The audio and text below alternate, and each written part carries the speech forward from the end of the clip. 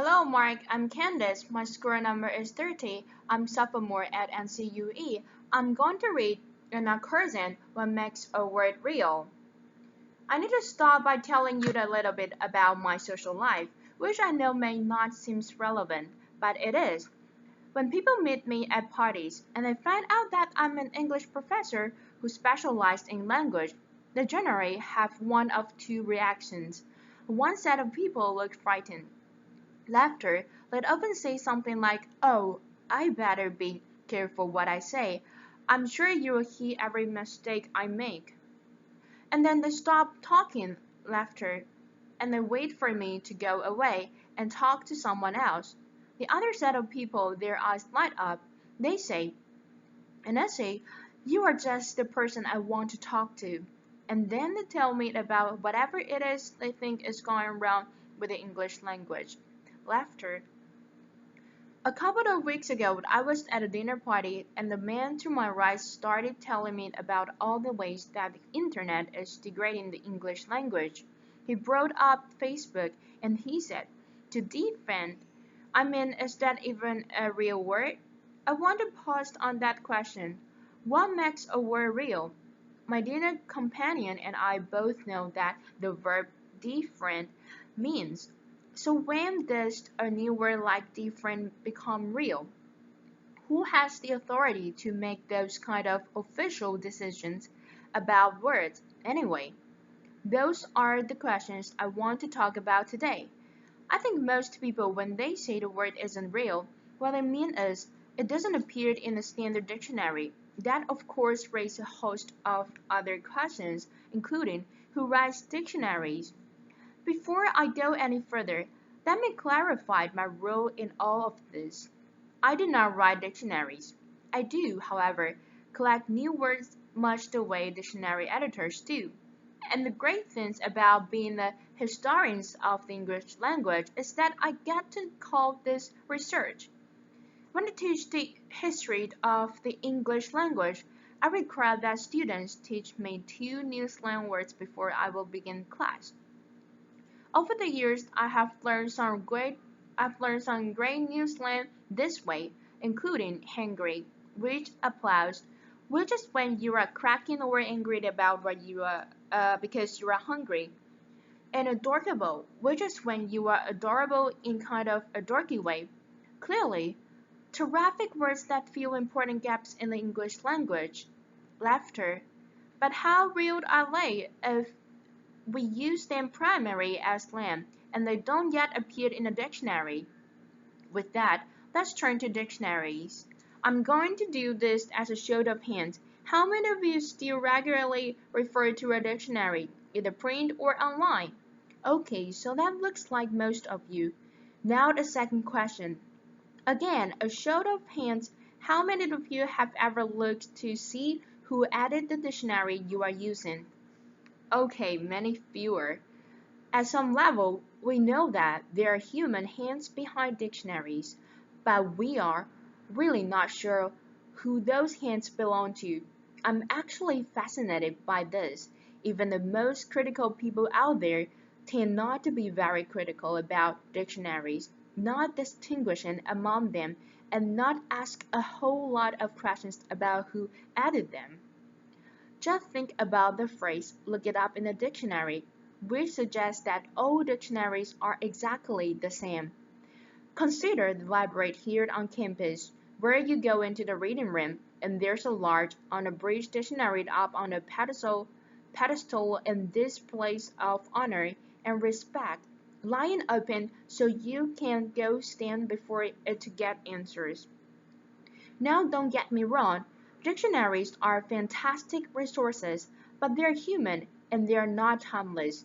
I'm stuck as a teacher that we tell students to critically question every text they read, every website they visit, except dictionaries, which we tend to treat as unauthoritative, as if they came from nowhere to give us answers about what words really mean. Here's the thing. If you ask dictionary editors, what they will tell you is they're just trying to keep up with us as we change the language. They're watching what we say and what we write and trying to figure out what's going to stick. and what's not going to stick.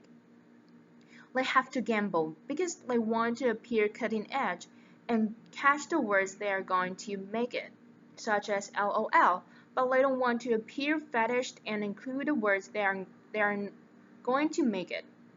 And I think a word that they are watching right now is YOLO. You only live once. Now I get to hang out with dictionary editors, and you might be surprised by one of the places where we hang out. Every January, we go to the American Delegate Society annual meeting, where among other things, we vote on the words of the year. There are about 200 or 300 people who came, some of the best non-linguistics in the United States. To give you a sense of the flavor of the meeting, it occurs right before a happy hour. Anyone anyone comes can vote. The most important rule is that you can vote with only one hand. In the past, some of the winners have been tweeted in 2009 and hashtagged in 2012. Chat was the word of the year in the year 2000 because who knew what a chat was before 2000 and WMD in 2002. Now we have other categories in which we vote too, and my favorite category is Most Creative Word of the Year. Past winners in this category have included Recombobulation Area, which is at the Milwaukee Airport after security, where you can recombobulate. Laughter. You can put your belt back on, put your computer back in your bag.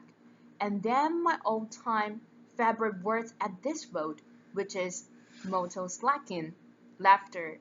And motoslacking is the act of having multiple windows up on your screen so it looks like you're working, when you are actually goofing around on the web. Laughter, applause. Will all of this work stick? Absolutely not. And we have made some questionable choices.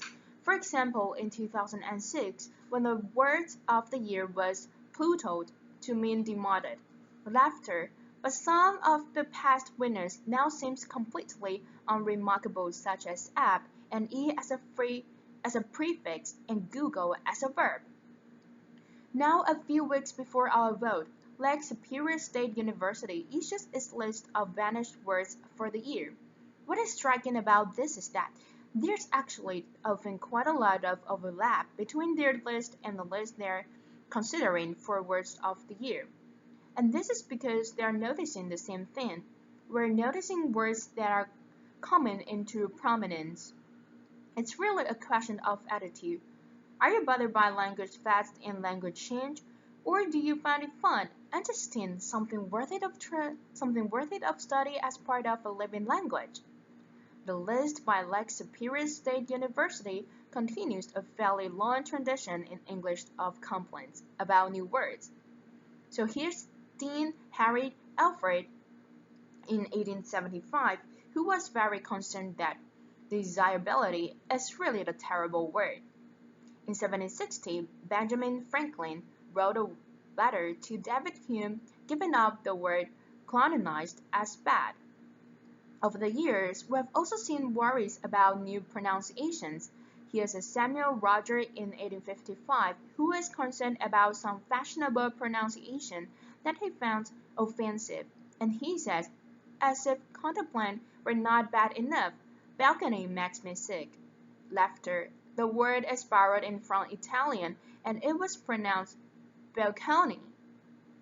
These complaints now strike us as quaint, if not downright adorable. Laughter. But here's the thing, we still get quite worked up about language change. I have an entire file in my office of newspaper articles which express concern about illegitimate words that should not have been included in the dictionary, including LOL, which has got into the Oxford English Dictionary, and DFriend when it got into the Oxford American Dictionary. I also have articles expressing concern about imbibe as a noun, impact as a verb, because only teeth can be impacted, and the incentivize is described as boorish, bureaucrats misspeak. Now it's not that dictionary editors ignore this kind of attitudes about language. They try to provide us some guidance about words they are considered slang or informal or offensive, often through usage labels, but they're in something of a bind because they're trying to describe what we do, and they know that we often go to dictionaries to get information about how we should use a word well or appropriately. In response, the American Heritage Dictionaries include usage notes. Usage notes tend to occur with words that are troublesome in one way, and one of the ways that they can be troublesome is that they're changing meaning. Now usage notes involve very human decisions, and I think as dictionary users, we're often not as aware of those human decisions as we should be. To show you what I mean, I will look at an example, but before we do, I want to explain what the dictionary editors are trying to deal with in this usage note. Think about the word peruse, and now you use that word. I would suggest many of you are thinking of scam, reading quickly. Some of you might even have some walking involved because you are perusing perusing grocery store shelves or something like that. You might be surprised to learn that if you are looking most standard dictionaries, the first definition will be to read quickly, carefully, or pour over. American Heritage has that as the first definition. They then have as the second dictionary definition skin, and next to that, they say usage problem, laughter, and then they include a usage note, which is worth looking at. So here's the usage note. Peruse has long meant to be read roughly, but the word is often used more loosely to mean simply to read. Further extension of the word to mean to glance over, skim, has traditionally have been considered an error, but our ballot results suggest that it is becoming something somewhat more acceptable. When asked about the sentence, I only had a moment to peruse the manual quickly. 66% of the usage panel found it unacceptable in 1988, 58% in 1999, and 48% in 2011. The usage panel that trusted bodied of language authorities who is getting more lenient about this. Now what I hope you are thinking right now is, wait, who's on the usage panel? And what should I do with these pronouncements? If you look in front method of American Heritage Dictionaries, you can actually find the names of the people on the usage panel. But who looks at the front method of dictionary? There are about 200 people on the usage panel. They include academicians, journalists, creative writers. There's a Supreme Court justice on it, and a few linguistics. As for 2005, the list includes me. Applause. Here's what we can do for you. We can give you a sense of the range of opinions about contested usage. This is and should be the extent of our authority. We're not a language academy. About once a year, I get a ballot that asks me about whether new usage, new pronunciations, new meanings are acceptable. Now here's what I do to fill out the ballot. I listen to what other people are saying and writing.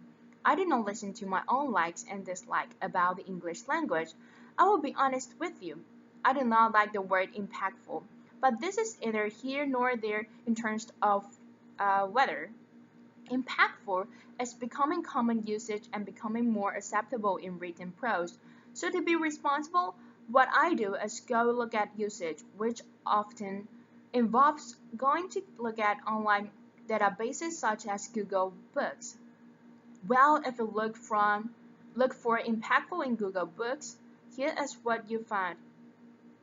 Well, it sure looks like impactful is proven useful for a certain number of writers and has become more and more useful over the last 20 years. Now there are going to be changes that all of us don't like in the language. There are going to be changes where you think. Really, does the language have to change that way? What I'm saying is, we should be less quick to decide that that language is terrible. We should be less quick to impose our likes and dislikes about words on other people. And we should be entirely reluctant to think that the English language is in trouble. It's not. It's rich and vibrant and filled with creativity of the speakers who speak it.